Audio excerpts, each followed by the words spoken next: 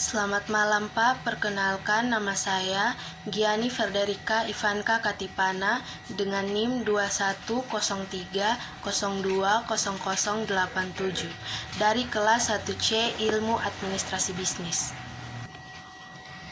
Baik, saya akan mereview bab 5 dari buku yang berjudul Sosiologi Suatu Pengantar Sujono Sukanto. Baik, bab 5 menjelaskan lembaga kemasyarakatan atau lembaga sosial. Lembaga kemasyarakatan merupakan terjemahan langsung dari istilah asing social institution. Atau lembaga kemasyarakatan adalah himpunan norma-norma dari segala tindakan yang berkisar pada suatu kebutuhan pokok di dalam kehidupan masyarakat. Lembaga kemasyarakatan yang bertujuan memenuhi kebutuhan-kebutuhan pokok manusia pada dasarnya mempunyai beberapa fungsi, yaitu 1. Memberi pedoman kepada anggota masyarakat, 2. Menjaga keutuhan masyarakat bersangkutan, 3. Memberikan gagasan kepada masyarakat untuk mengadakan sistem pengendalian sosial. Proses pertumbuhan lembaga kemasyarakatan. Yang pertama, norma-norma masyarakat. Norma-norma dalam masyarakat terbentuk secara tidak sengaja, namun lama-kelamaan norma tersebut dibuat secara sadar. Norma yang ada dalam masyarakat mempunyai kekuatan mengikat yang berbeda-beda. Untuk dapat membedakan kekuatan mengikat norma tersebut, secara sosiologi dikenal adanya 4 pengertian, yaitu: yang pertama, cara atau usage. Lebih menonjol di dalam hubungan antara individu dalam masyarakat, suatu penyimpangan terhadapnya tidak akan mendapatkan hukuman yang berat, tetapi hanya sekedar celaan dari individu yang dihubunginya.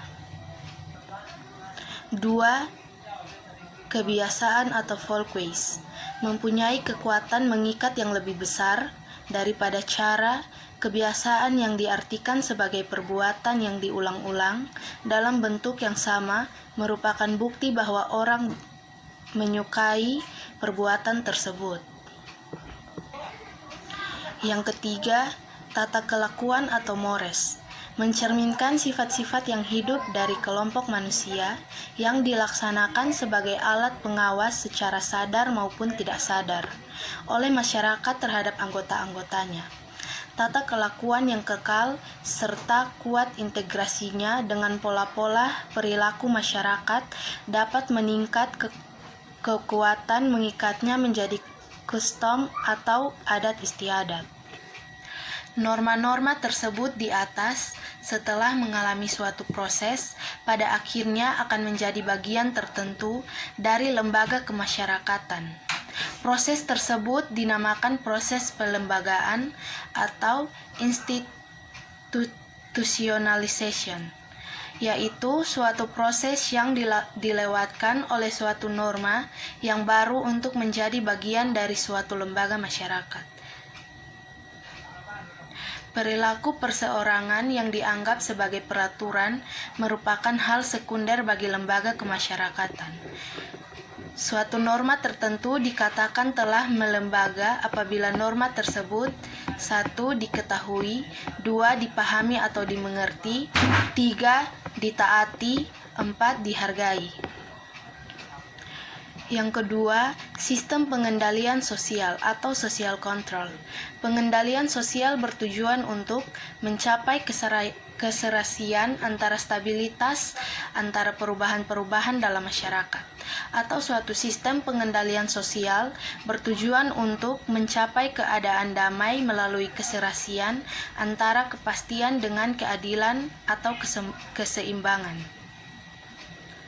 Dari sudut sifatnya, dapat dikatakan bahwa pengendalian sosial dapat bersifat preventif atau represif. Preventif merupakan suatu usaha pencegahan terhadap terjadinya gangguan-gangguan pada keserasian antara kepastian dengan keadilan. Sementara itu, usaha-usaha yang represif bertujuan untuk mengembalikan keserasian yang pernah mengalami gangguan. Berikut alat-alat pengendalian sosial dapat digolongkan paling sedikit, yaitu 5 golongan. Yang pertama, mempertebal anggota keyakinan masyarakat akan kebaikan norma-norma kemasyarakatan. Yang kedua, memberi penghargaan kepada anggota masyarakat yang taat pada norma-norma kemasyarakatan. Yang ketiga, mengembangkan rasa malu dalam diri atau jiwa anggota masyarakat jika mereka menyimpang dari norma-norma kemasyarakatan yang berlaku. Yang keempat, menimbulkan rasa takut. Yang kelima, menciptakan sistem hukum, yaitu sistem tata tertib dengan sanksi yang tegas bagi para pelanggar. Selanjutnya, ciri-ciri lembaga kemasyarakatan. Menurut Jilin dan Jilin, lembaga kemasyarakatan mempunyai beberapa ciri umum, yaitu 1. Suatu lembaga kemasyarakatan adalah suatu organisasi, pola-pola pemikiran, dan pola-pola perilaku yang terwujud melalui aktivitas-aktivitas kemasyarakatan dan hasil-hasilnya. Yang kedua, suatu tingkat kekekalan tertentu merupakan ciri semua lembaga kemasyarakatan.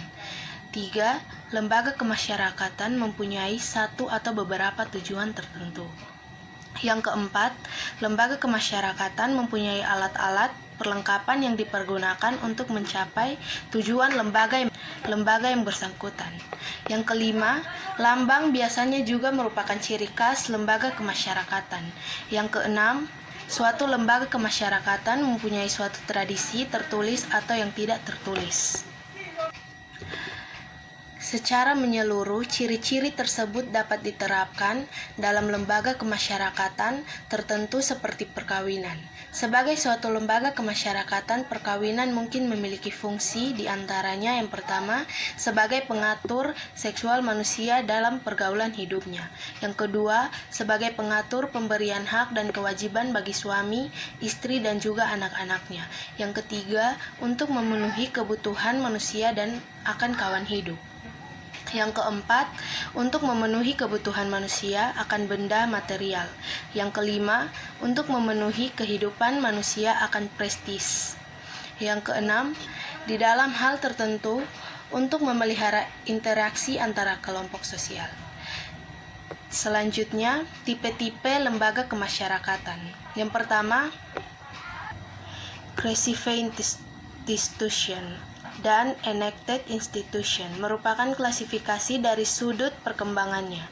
Yang disebut juga lembaga paling primer merupakan lembaga-lembaga yang secara tak sengaja tumbuh dari adat istiadat masyarakat.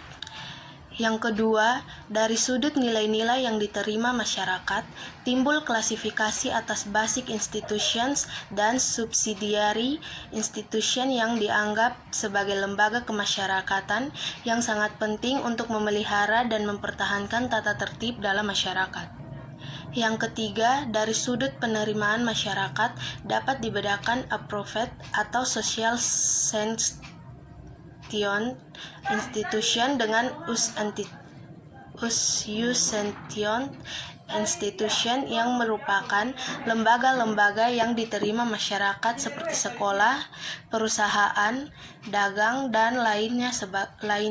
Sedangkan use sentient institution yang ditolak oleh masyarakat meskipun masyarakat kadang-kadang tidak bisa memberantasnya, misalnya kelompok penjahat, pemeras, dan lainnya. Yang keempat, pembedaan antara general institution dengan restricted institution timbul apabila klasifikasi tersebut didasarkan pada faktor penyebarannya. Yang kelima, berdasarkan fungsinya, operative institution berfungsi sebagai lembaga penghimpunan pola-pola atau tata cara yang diperlukan untuk mencapai tujuan lembaga yang bersangkutan. Sedangkan regulative institution bertugas sebagai mengawasi adat istiadat atau tata kelakuan yang tidak menjadi bagian mutlak lembaga itu sendiri. Cara-cara mempelajari lembaga kemasyarakatan. Cara-cara pendekatan atau mempelajari lembaga kemasyarakatan dapat dirinci ke dalam 3 golongan pendekatan, yaitu 1. Analisis secara historis yang bertujuan meneliti secara timbul dan perkembangan suatu lembaga kemasyarakatan tertentu.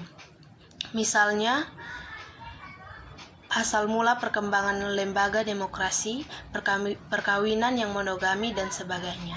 2. Analisis komparatif yang bertujuan untuk menelaah suatu lembaga kemasyarakatan tertentu dalam berbagai masyarakat tertentu maupun berbagai lapisan sosial masyarakat tertentu. Yang ketiga, analisis fungsional yang bertujuan untuk menganalisis lembaga-lembaga kemasyarakatan dalam suatu masyarakat tertentu. Yang selanjutnya, conformity dan deviation.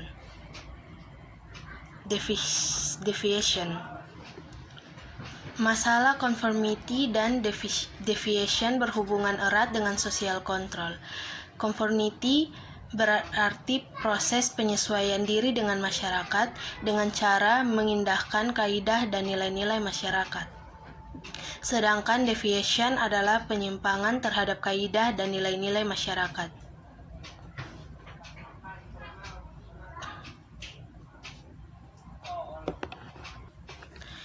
Baik, itu saja review bab 5 dari saya. Apabila ada kesalahan dalam pengucapan dan kekurangan dalam review saya minta maaf. Sekian dan terima kasih.